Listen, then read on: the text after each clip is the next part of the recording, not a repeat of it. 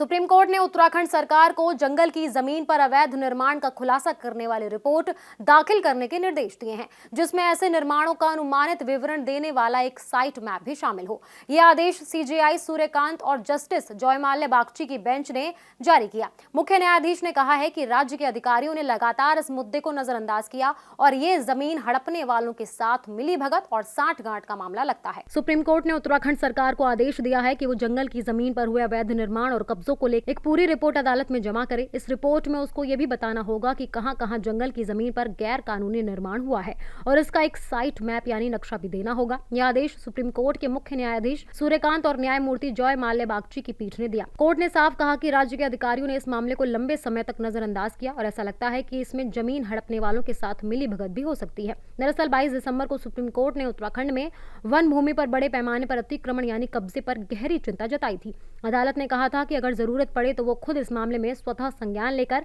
जांच का दायरा और बढ़ाएगी। कोर्ट का मानना है कि राज्य सरकार जंगल की जमीन की रक्षा करने में नाकाम रही है। कोर्ट ने यह भी कहा कि अधिकारियों ने पहले सरकारी जमीन पर कब्जा होने दिया और फिर बाद में अदालत के आदेशों का सहारा लेकर खुद को बचाने की कोशिश की।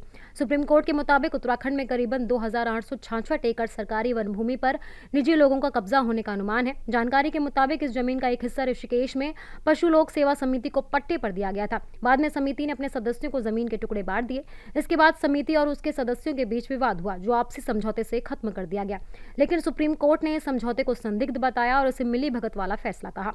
कोर्ट में यह भी कहा गया कि सबसे चौंकाने वाली बात यह है कि उत्तराखंड सरकार और उसके अधिकारी सब कुछ देखते रहे लेकिन कुछ नहीं किया। उनकी आंखों के सामने जंगल की जमीन पर योजनाबद्ध तरीके से कब्जा होता रहा और अधिकारी चुप रहे।